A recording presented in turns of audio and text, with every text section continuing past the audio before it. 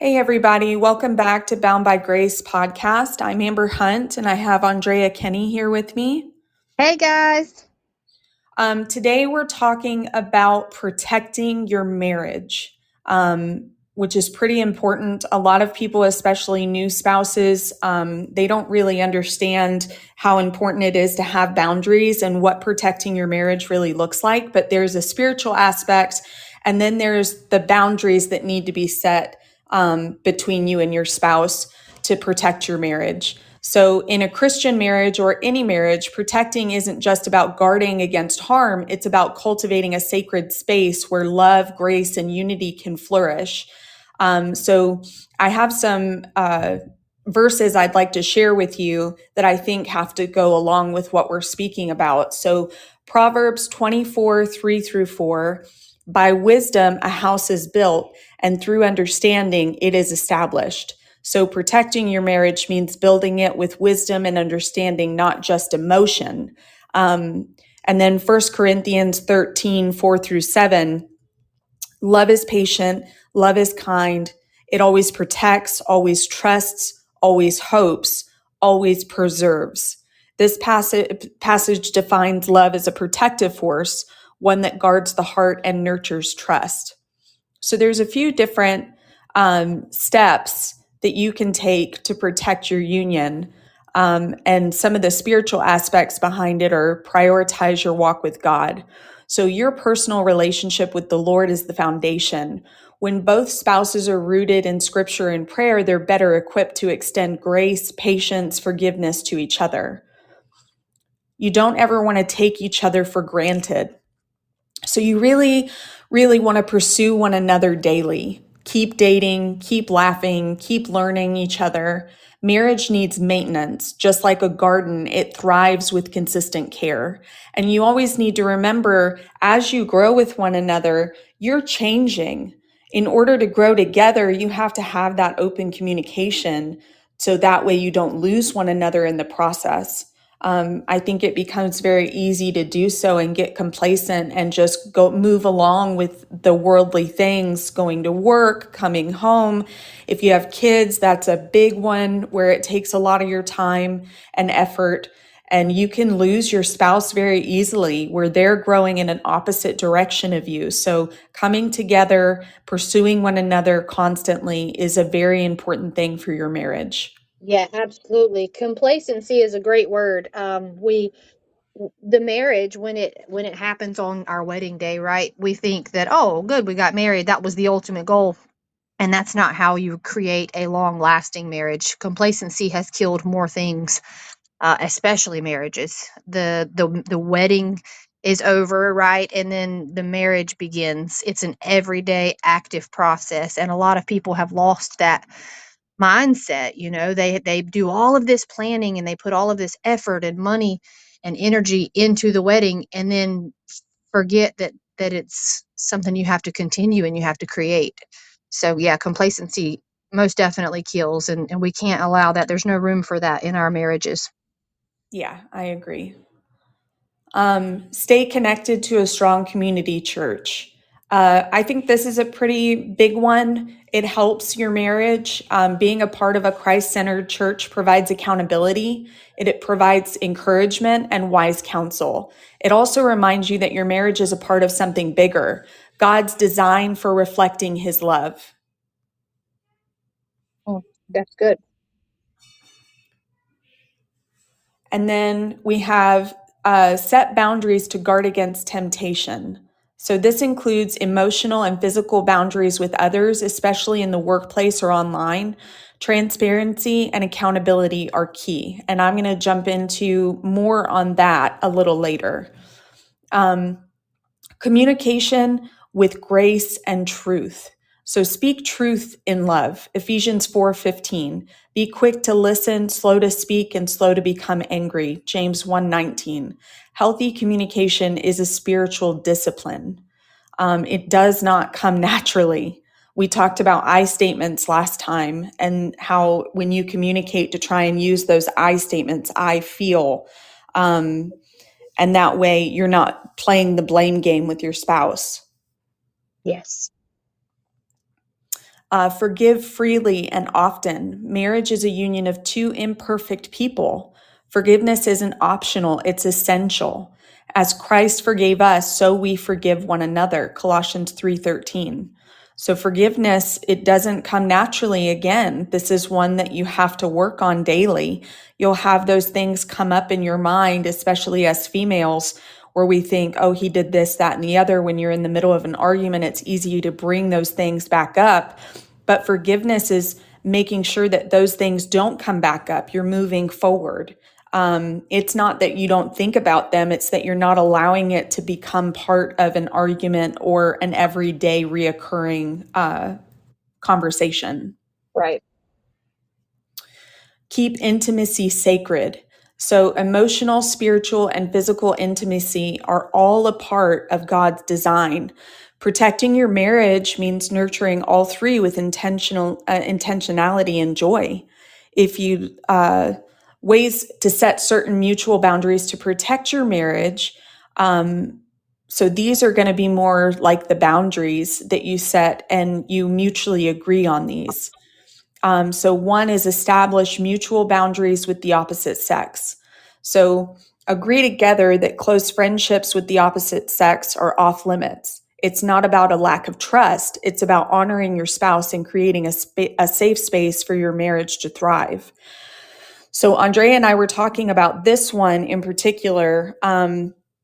So I think in order to have a fair marriage, if I don't agree with, if I'm uncomfortable with my husband doing something, then I shouldn't do it. And Yes. vice versa. If Yeah. he would be uncomfortable, then he shouldn't do it. Absolutely. Double standards never, ever, ever work in any type of relationship.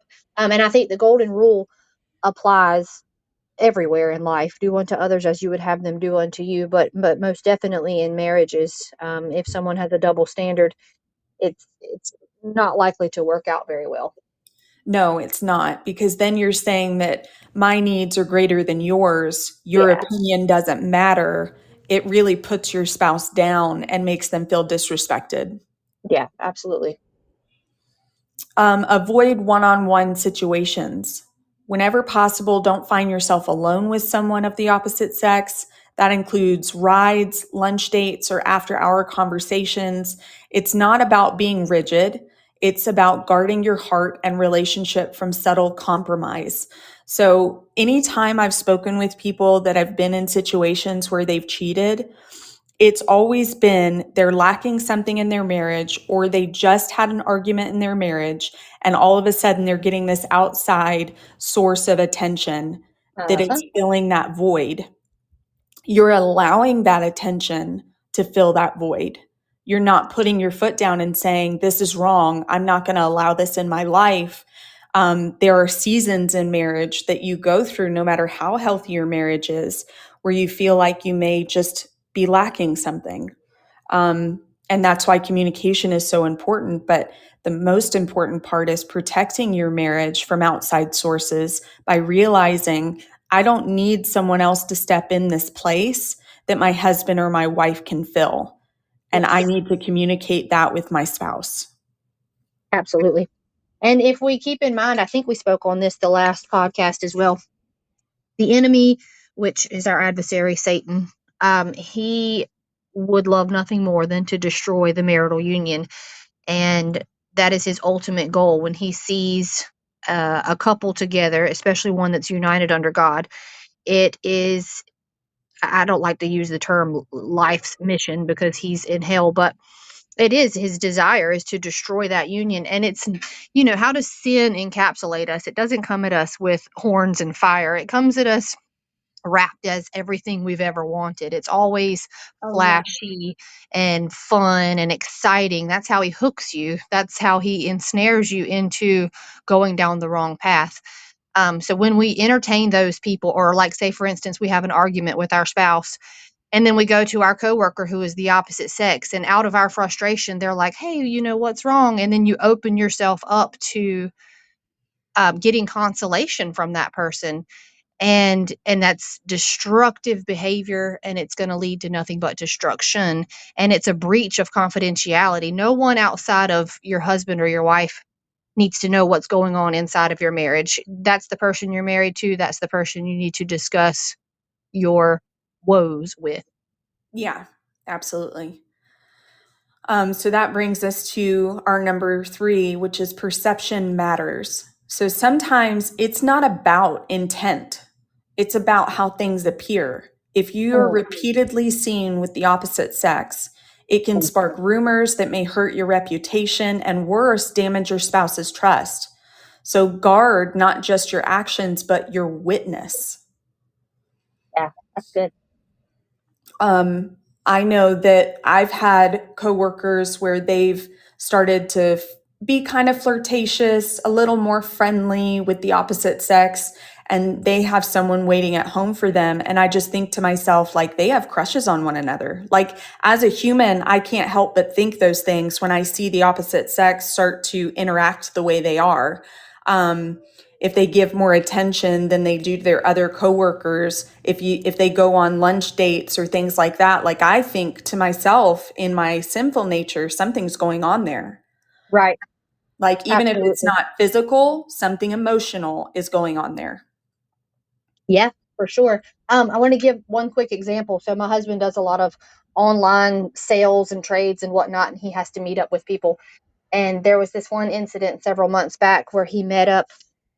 It was out in public. I shouldn't say met up. They met at his job in the parking lot, and it was a female that he had met, and they were selling something. I'm not sure, but long story short, I had just mentioned that I would have liked to have known about that. Now he's busy, he's at work. This was not a lack of respect on his end whatsoever, but Yeah. I have extra strong boundaries.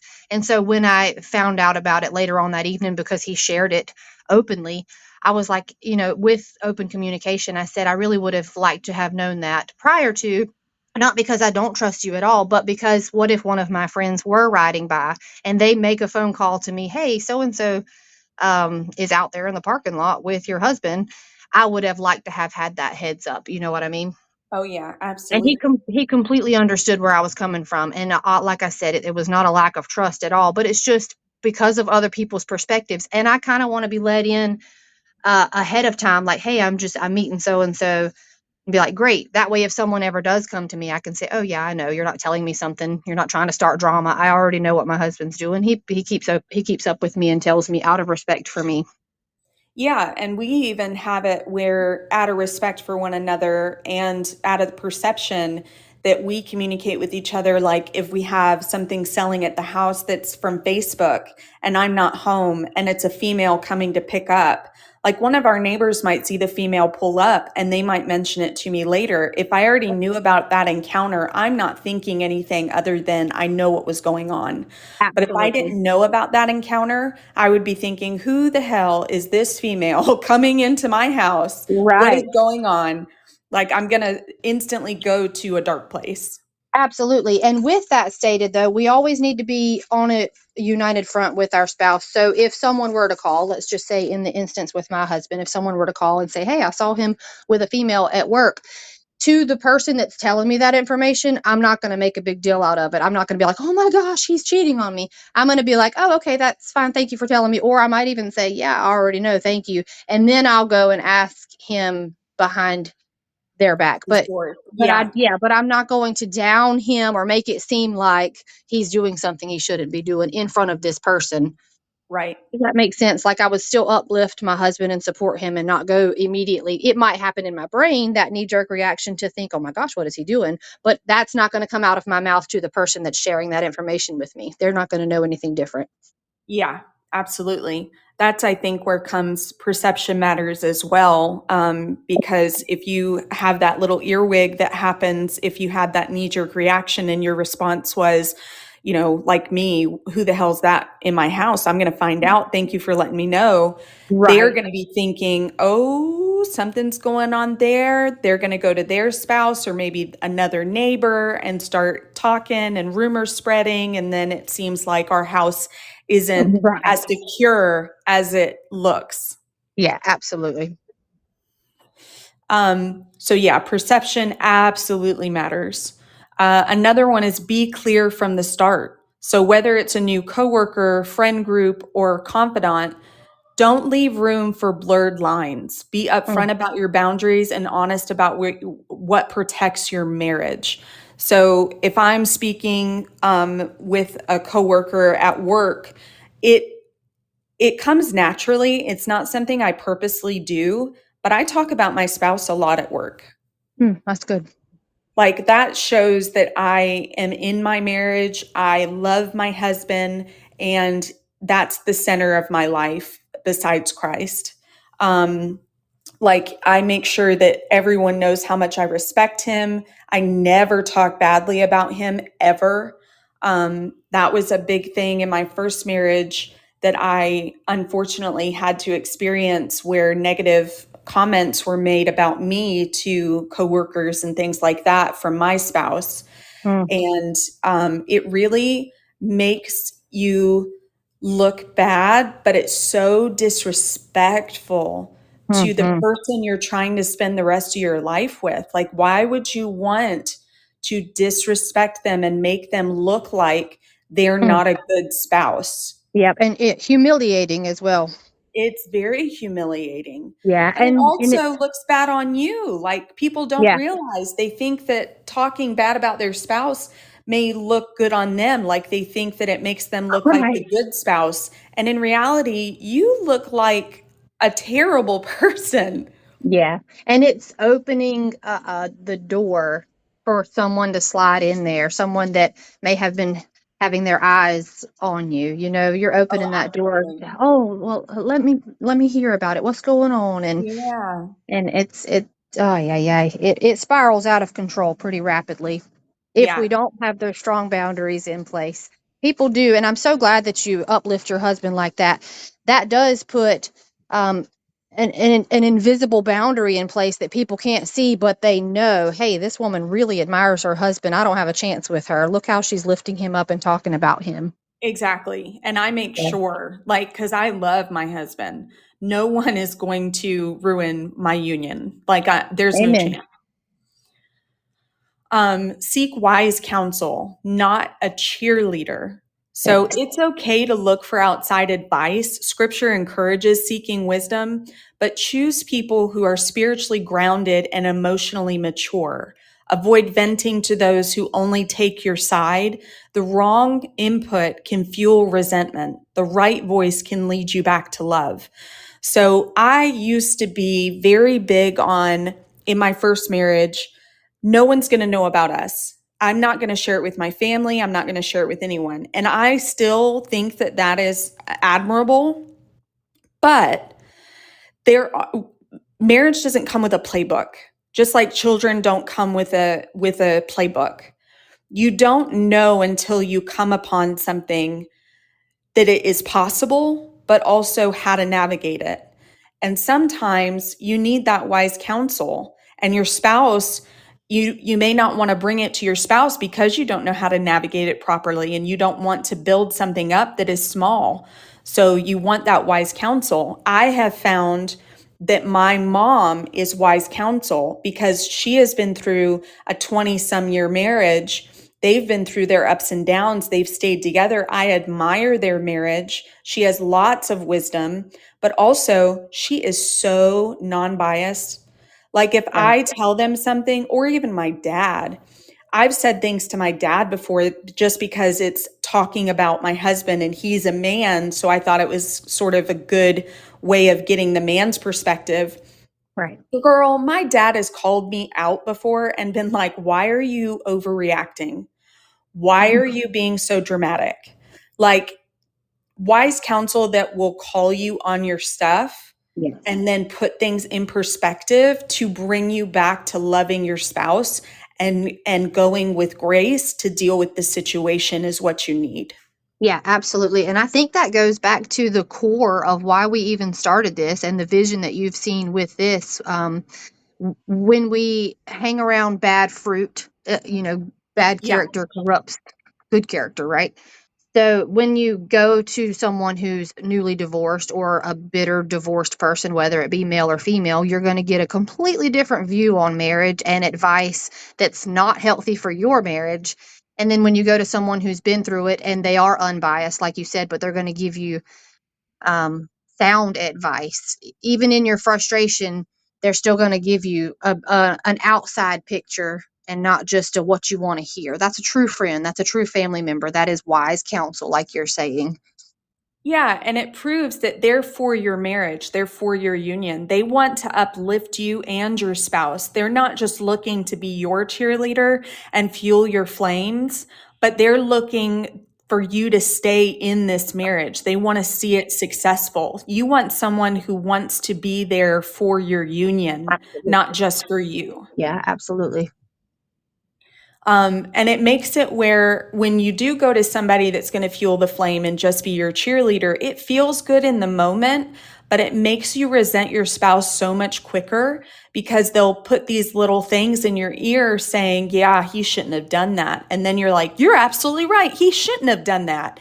And then you Right. start getting like, you feel like better than your spouse, like he really messed up, Yeah. instead of feeling like, how do I get to a place with my spouse where we're in agreement, where we're back to our union of love, grace, and respect? Um, and then it's important that you speak with someone that's not going to take what you say and judge your spouse or your situation. So Right. that non-bias person is very important. Absolutely. And then, of course, communication with your spouse. If obviously seeking wise counsel is wise and it's recommended, but then it's got to at some point be brought up to your spouse. They've got to know with open communication and respect that, hey, this is how I'm feeling and I want to work through this with you. And I sought after some wisdom from someone, and this is the information that I've gained. And I just want to share that with you and see how we can, work through this. Absolutely. There's been moments where I go to my mom and tell her things and she gives me the counsel, and I'll go back to my spouse and I always tell him, I had to talk to my mom about it before talking to you because I was not in my right mind. I wasn't clear-headed, and she really brought me back to earth, and this is what I learned and this is what I'd like to discuss. There have been moments where I've been really in my feelings. I go to my mom or dad and they give me advice. And then I see this wasn't an actual issue. This was me. This was a Right. trigger for me. And it's up to me to spill that to my spouse or to sit in my feelings and really evaluate myself Yes, because I've had he's to do not a the lot of problem. self-reflection. Yeah, that's so, Yeah. so, so important. So it's not always issues with my spouse. Sometimes it just is me. Like I'm just triggered by past trauma and I just need to self reflect. Yeah, absolutely. My husband is really open for me communicating with him as well. And some things he'll say, well, why didn't you share that at the time? And it's exactly what you just mentioned. I have to do self-reflection before I can let those words come out of my mouth, because I've got to evaluate, is this a past trigger or trauma situation? Is this rooted in something that comes from prior to me and you even being together? And how I speak to him. I have to be able to put myself in check first, because once words are Yes. spoken, they can never be retracted. Yes. Yeah, so That's I've got why. to be able to self reflect. And if that means, hey, I need to walk away for a few minutes just to gather my thoughts before I say anything ugly or whatever. Not that I intend to say things ugly, but in the heat of the moment, you never know what you're going to say. And I'd much rather separate myself for a moment to get myself in check and then come back and say, this really bothers me. Let's talk about it. Absolutely. That's why another boundary that I didn't write down, but just one that came to mind is we never call each other names. Like Absolutely. that's one of our boundaries. I think I may have called him one name in our whole 7 years, and it was under the influence of alcohol. We were really fighting hard, and I ended up calling him, I think, an asshole or something like Yeah, that. But we never call each other names. that's good. And I think that that's just out of respect and love for one another. And you can't take those words back is so important. And I'm hyper vigilant on that, where I'm having a conversation with him and I'm constantly thinking, like, I'm very particular about the words I choose because I know I can never change them. They will be sitting in his mind whether I meant them or not. Right. Absolutely. Another one is setting boundaries with family and friends. So work together to decide what feels right for both of you, especially with in laws. It could be as simple as no phone calls after 8 p.m. unless it's an emergency. Accept advice graciously, but always filter it through prayer and spiritual discernment. So my parents, they give us advice occasionally, and I'm not very gracious with receiving it because it makes me feel bad. But I always receive it and reflect on it and think to myself, why is it making me feel bad?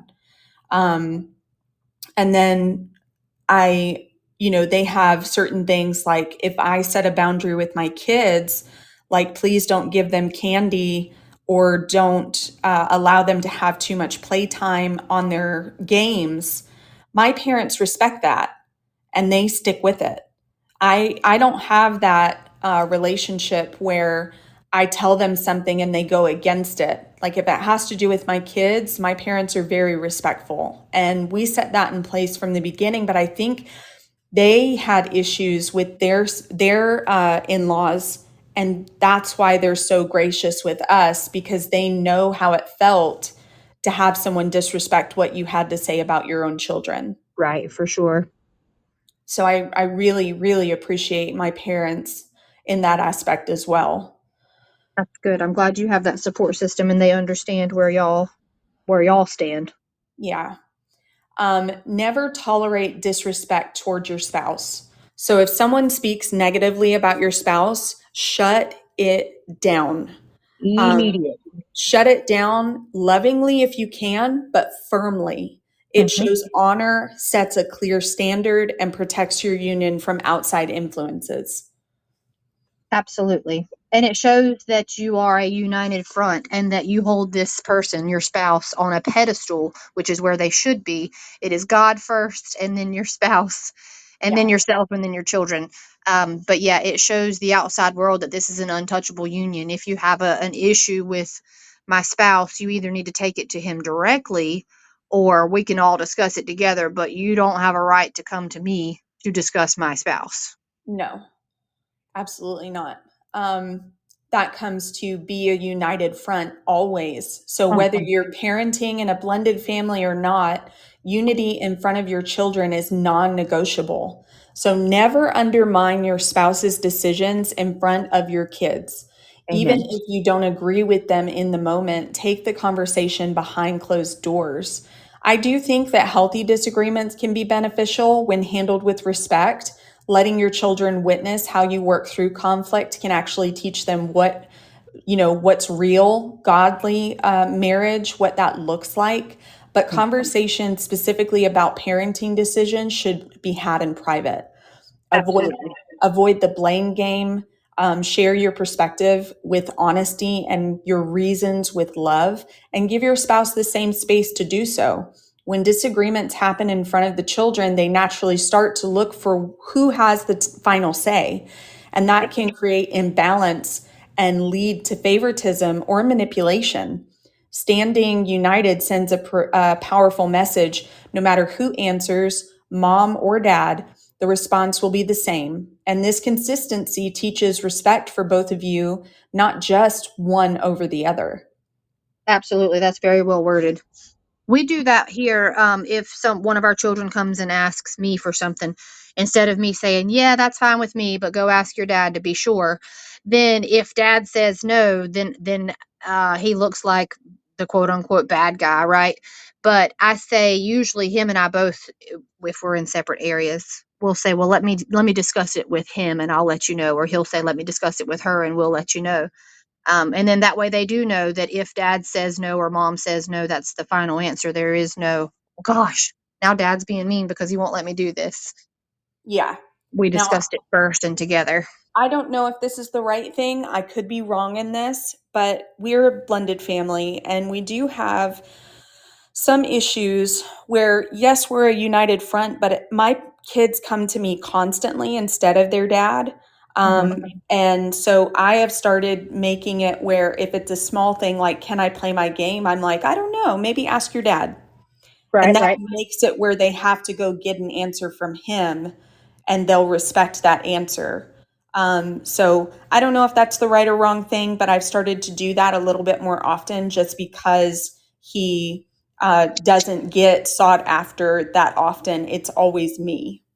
Right. Well, I think if they see you on other areas as a united front and they know, and especially if it were something big, then that would be different. But something seemingly mundane like that, that's kind of respectful for your husband because you're taking the workload off of him, so they're not going to him constantly. Yeah. But Yeah. we So I, do, and when it comes to yeah, big things, we absolutely say, let me discuss it with your dad and I'll let you know. right. And I mean, we do the same thing. Like, say if John's outside working on the boat or something, and it's after dinner, and they say, "Hey, can I have a popsicle?" I don't ask him first. I just say, "Yeah, that's fine." You know what I mean? So yeah, we definitely make decisions like that. Yeah. Yeah. Another one that people don't usually talk about is understand what cheating means to your spouse. Yes, because So there are definitely differences in opinions on that. there are. So not everyone defines cheating the same way. So it's crucial to know what crossing the line looks like to your spouse. So for me, it's not just physical, it's also emotional. Giving your time, attention, affection, or even frequent social media engagements to one of the opposite sex can feel like betrayal to me. Um, Even something as small as a hug might cross a boundary, especially if you've experienced past trauma and infidelity like I have. That's why my husband and I are intentional about honoring each other's comfort levels and triggers. So, respect begins with understanding what makes your spouse feel secure and doing your best to protect that. Absolutely. And that's all made possible by transparency and clear, open communication. Because I've got one idea of what I think infidelity looks like, and it's not just the physical aspect at all. And then I'm sure he has a different idea of what it looks like to him. But we're never going to know what each other thinks if we don't lay that out on the table. Hey, to me, this is a form of infidelity or betrayal or disrespect or setting yourself up for temptation or the potential to lust or whatnot. Just an example: we don't have the opposite sex on our Facebook. Yes, I was Um, going to bring that up. I think that something for me that's a trigger is if I looked on his Facebook and he has all these female friends, I'm going to yep, be thinking, who are they? Why do you have them? What is the yep, point? Is this protecting our marriage? Like, why right, would you do that? absolutely, yeah, And when we absolutely, first got together, he did have a lot of female friends, and it was all past people that he had been with. yep. And I Um, mean, I think we spoke on this earlier in this particular podcast, or it might have been prior to this, but there is a lack of morals and modesty going on around out there. So from my perspective and his, I'm grateful that he's on the same page as me with this. But if we've got a bunch of females or males that are immodestly dressed and they're taking all of these selfies, you're setting yourself up for the potential to lust when you're scrolling on Facebook and you see a woman's chest or a small bikini or a man without his shirt on and tight fitting shorts. mhm. It's just not something that we do in our marriage. Now that's our particular marriage. Y'all may have something different set up. Everybody out there that's listening may have something different set up. They may even think, oh, that's a little bit too strict or whatever. But that's what we do in our marriage because we know how the enemy works, and we just protect at all cost and cut off any corners that just are not beneficial to our relationship. There's no need for me to be watching other guys. Absolutely none. That's not benefiting my marriage. It's not benefiting my spiritual walk with God. And I just don't need it. So if it's not absolutely necessary, then it's just not in my life at all. No, I am a little more lenient. Now that I've worked on myself and my jealousy, because I used to be, don't you even freaking look. I Right. mean, I don't want to see you look at all. But he goes on TikTok and things will come across where females are just on there, whether he's following them or not. Right. And I'll just make a joke. I'll be like, look at that booty. Like I'll make a joke. And to be honest, it makes me feel better that I can joke about that instead of, what is that on your phone? Oh my gosh, like you want her over me apparently. Like Right. you're making me feel really insecure right now, and it's not him doing it. It just is the world we live in. These things pop up on your phone, whether Right. you're following them or not, and it's a matter of, is he goggling and ogling, or is he just passing by it? Yeah, Um, absolutely. and then for me, I have my dad's sense of humor when it comes to the opposite sex. I can literally look at someone and think they're good looking, but there's no lust. Like, I'm not thinking I want to be in bed with that person or any of that. So my husband knows that I really only have eyes for him, because I make him know that. I'm very open and very like vocal about it. Mhm. So when I see a guy come across mine, I'll pick on my kids and I'll be like, "Ooh, look at them abs." So it's just it's it's protecting your marriage if you're not sitting there scrolling for these things on purpose and you're not lusting after them, because there's a big difference than being appreciative of someone's hard work on their body and being appreciative that they are attractive rather than lusting after their body, wishing your spouse looked like that, wishing you had that, and picturing yourself with them. Yeah. On Facebook Marketplace, I think there's even ads now where you're Oh just my God. scrolling on Marketplace and Yeah. then you've got a woman in lingerie. It's not even an ad, it's just a random pop-up that's on there. Nothing's safe anymore from modesty or immodesty, I Nothing. should say. My kids play games and porn pops up. Yes, girl. Like, I never thought that at their ages they would be seeing porn, and all of a sudden these ads are popping up on their games. Hmm. So, That just goes to show even more so that we truly do have um, an enemy out there, and at every avenue he can, he's trying to slip in something, the mhm, potential to lust. I'm just going to throw this in there. There's no reason for there to be an ad like that, or it's not even an ad, but there's no reason for that to be on children's games, absolutely YouTube not. commercials, whatever it may be, Facebook Marketplace. That's just insane. No, absolutely not. There is not a reason, but they do it. It's very frustrating, especially when you are trying to protect yourself and trying to protect your marriage and trying to protect your children, and their purity. And then that stuff pops up, and you're like, what the heck? I've done everything that I can, and then this stuff pops up. Absolutely. Um, So this comes into another one of, don't disrespect your spouse even subtly. So disrespect doesn't always look like outright betrayal. It can show up in little things like staring at someone, making flirtatious comments, or following people you're attracted to on social media. Even keeping old friendships from the past can send the wrong message. So comments like, if I weren't married, might seem like harmless humor, but they chip away at the trust you're building. Right. You never want to create space for someone else to think that they have a chance with you. If they do, it likely means there's a door you've left cracked open. And Hmm. that is all it takes for confusion and conflict to creep in. Protecting your marriage means closing every door that doesn't lead to your spouse. Amen. That's really good. So, women, this is going to be a hard one for you guys, but I completely agree on Andrea's stance on this.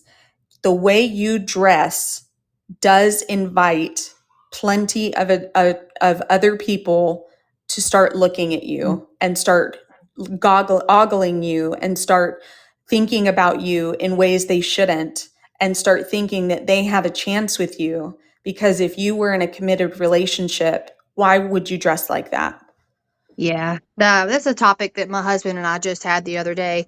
There was a lady on Facebook in a really small red dress, and she had this whole post about how her man stands beside her and he's proud of her and he supports her in what she's doing. And it's very difficult because when you're speaking to someone that has a worldly mindset, of course, there's this empowerment and feminist movement, and oh, I can do what I want. My man is not insecure. That's one of the things that she had typed on there. Well, my man's not insecure either, but I respect not only God and myself, but I respect my husband. And there are some things that just need to be left to his eyes only. I don't need to be showing my cleavage. I don't need to have short shorts. There's women out there that their booty cheeks are hanging out. And not Yeah, only are my children looking at that, but my husband's looking at it. And you can't help but see it if you're walking in Walmart or walking into a store.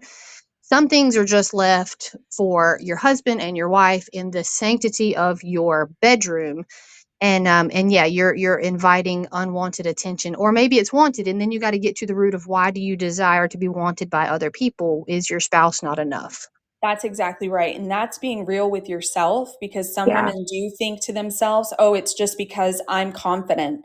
In reality, do you feel good when you get that attention? Do you like it? And that you need to evaluate on your own and figure out, if I do, why do I? Why do I have that need, that desire? And why does it, boost my ego to have people look at me in a sexual way? And find me attractive? Why do I have to be found attractive by other people instead of just my spouse? Mhm. Um, I think that dressing in that way is really inviting the enemy into your life, inviting different people into your life that, trust me, you don't want that attention in all reality. You're seeking something else that's been missing, or something from your childhood that isn't mended. Yeah, absolutely. But my husband, getting back to the way you dress, my husband, he actually appreciates women who are more modest. He says that it's more attractive to him than women that just put it all out there, because it leaves room for imagination, and it makes it where if I'm dressing modestly, he feels like I respect myself. So there's more of an attraction for him. Yeah, absolutely. And going back to a few minutes ago when you had mentioned looking at other people, my husband and I have also had this conversation before. We're human, we can't help but see other people. But I think in my particular case and from my particular perspective, I've watched my whole life men, whether it was married, single, whatever, taking second and third looks at women. And that's always been such a huge pet peeve of mine, because especially the ones that were married, to me that is a form of infidelity. Me too. If you obviously someone walks by and you look up once and you see them, that's one thing, that's human nature, you can't help it. But if you intentionally make a second or third look or can't stop and it's a prolonged look, that's disrespectful to your spouse. And like I said, in my personal opinion, that is a form of infidelity, because why can you not control your eyes? They belong to your spouse, not to this person that they don't know who you are, you don't know who they are, so you're going to give them 5-10 seconds of your attention. And especially if it's done right in front of you, it's humiliating, because I've seen it happen my entire life, and it just absolutely drives me wild. Yeah, my first marriage, he would do this thing where he wouldn't move his head, he would move his eyes, so it made it look even more creepy. And he would just like be really have his eyes to the right or far left really Right. hard, as he passed by these females, and thought that I wouldn't notice. And it really, really hurt me. Yeah. It was so disrespectful, and it made me feel so less than, Mhm. like I wasn't good enough. Right. And it did something to my mental state, and my emotional state. It did Absolutely. something to my self confidence, and it was very hurtful. And the way I explained it to my spouse now is, I told him, if you're looking at a female, that's what she's looking for.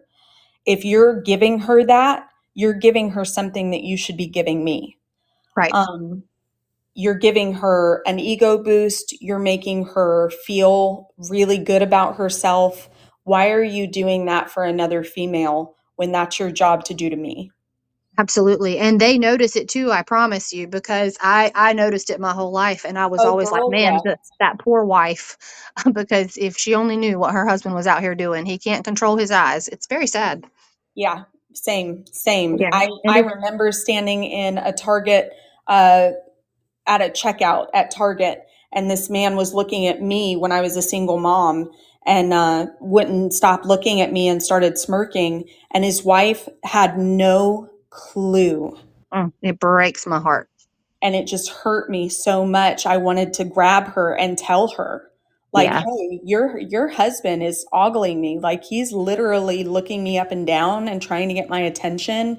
And you're sitting here just trying to deal with the kids. Yeah. So humiliating and disrespectful. And unfortunately, we're in that generation. Obviously, lust is not a new thing, but we are in the generation now that they're encouraging it and condoning it and even celebrating it. Like I said, you've got women that are wearing, they're pretty much like jean panties. You can see the entire bottom half of their butt cheeks. Yep. You are not respecting yourself, and you're not respecting anybody else out there. And you are becoming a stumbling block for people that may struggle with temptation. It's one thing to be on your phone and something scrolls by. The internet is what it is. But when you're out in a public place and you have absolutely no modesty or self respect, um, there's families. I mean, we have to go to the store. We don't have to go out to eat or anything, but we have to be able to go grocery shopping. I don't want to take my children or my husband in these places, knowing the world that we live in now. And you're going to walk into a half naked woman. Yeah, Even though he absolutely. knows how to control his eyes, it's still tempting. I'm a female and I'm still going to look. It's there. That's Yeah, what they want. yeah. Yeah, absolutely. We've been to like water parks for kids, and we'll have women with barely a bikini on and their butt showing because they've got a thong on. And it's like, this is a family park. What were Right. you thinking? This is not just disrespectful to me and yourself, it's disrespectful to my kids. Yeah, absolutely. And we're never going to be able to change how society is, but with open communication and strong boundaries with our spouse and in our marriage, we can certainly lay out and be clear that, hey, this is something that I can't tolerate. You know what I mean? You've got to be able to control your eyes. And that's not a I'm trying to control you type of thing, but that's a mutual respect. When you know how the enemy works, how he's going to come in, how he's going to be a stumbling block and tempt you to lust, we've got to have that mutual understanding that this makes me feel disrespectful, and I want to make sure that we're on the same page, that you don't go out there and do these things. But that takes open communication It does. It does take open communication. and mutual respect. Yes. Yeah. You have to respect your spouse. Hmm. Absolutely. Is there anything else you want to add to the podcast before we close up?